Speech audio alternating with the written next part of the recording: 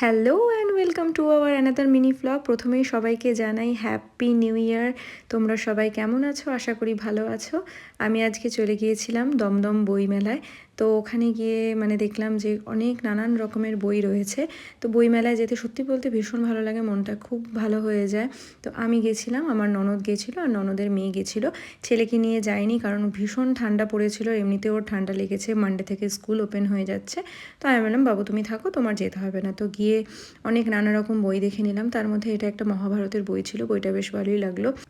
তারপরে বইমেলায় কিছুক্ষণ ঘোরার পরে আমরা একটু পেট পুজো করে নিলাম। তো এই কাছাকাছির একটা দোকানে গিয়ে একটু কিছু সামান্য কিছু খেয়ে আর একটু ঘুরে তারপরে একটু সেলফি তুলে নিচ্ছিলাম আমরা, কারণ মেলায় গেছি, বইমেলা বলে কথা, সেলফি না তুললে তো হবেই না। আর আমি আর আমার ননদের মেয়ে যেখানে আছি সেখানে তো সেলফি তুলতেই হবে, মাস্ট।